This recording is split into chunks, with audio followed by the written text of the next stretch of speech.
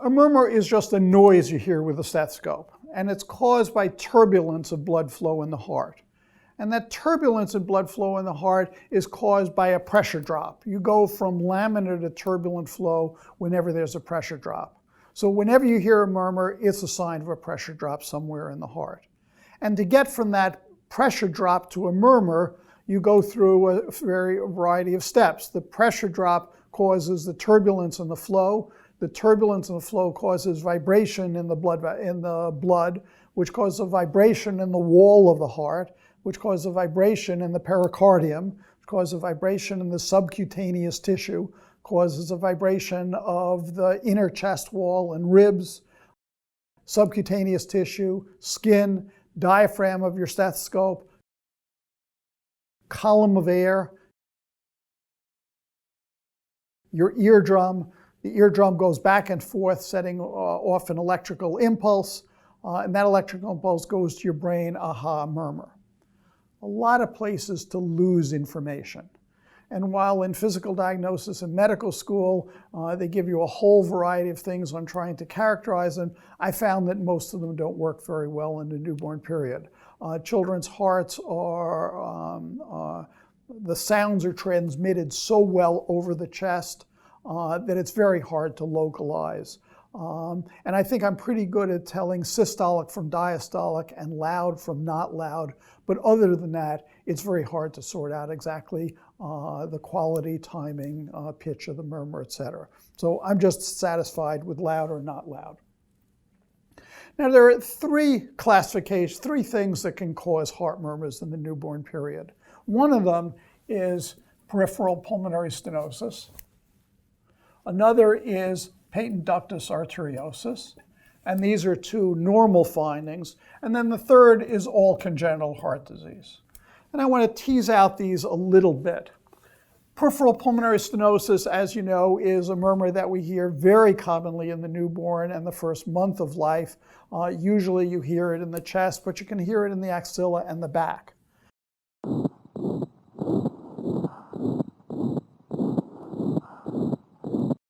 And this is caused by relatively narrowed vessels in the newborn period.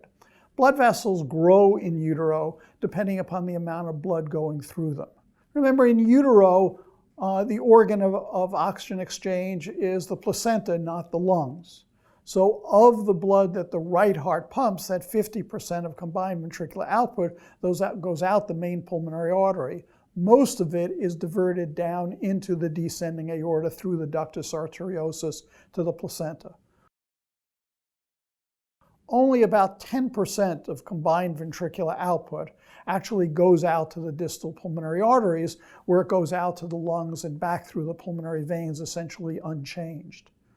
So that 10% flow, the blood vessels, the pulmonary arteries, are 10% size blood vessels. At birth, the baby takes a deep breath, the pulmonary resistance drops, the ductus arteriosus gradually closes, and all of a sudden, all that pulmonary artery blood flow goes out the main pulmonary artery to the distal pulmonary arteries. And these 10% size vessels all of a sudden are getting 50% of the flow, and you get turbulence at the branch points, which you can hear as peripheral pulmonary stenosis.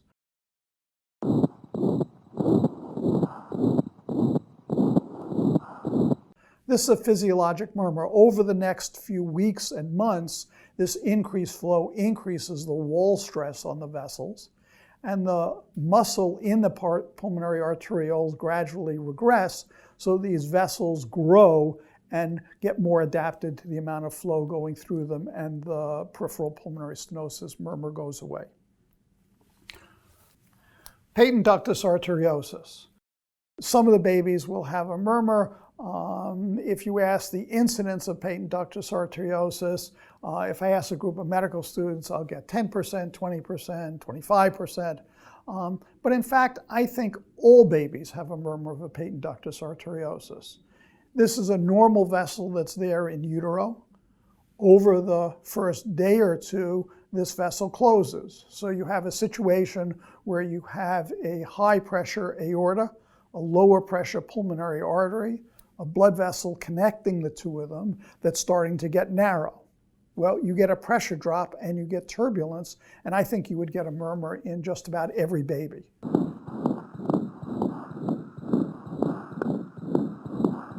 We don't hear it because we don't continuously listen to babies. We send them out to the mother, they start doing some feeding, the grandparents are holding them, so there are long periods of time where we don't listen to them, and I think during those times some of them have murmurs. Typically, when I'm doing consults at the hospital, I'll get called over to see a baby at the nursery that the resident has heard a murmur, or the attending physician has heard a murmur. They call the cardiology fellow over to listen, and then I come over at the end of the day, and by the time I get there, half the time it's disappeared.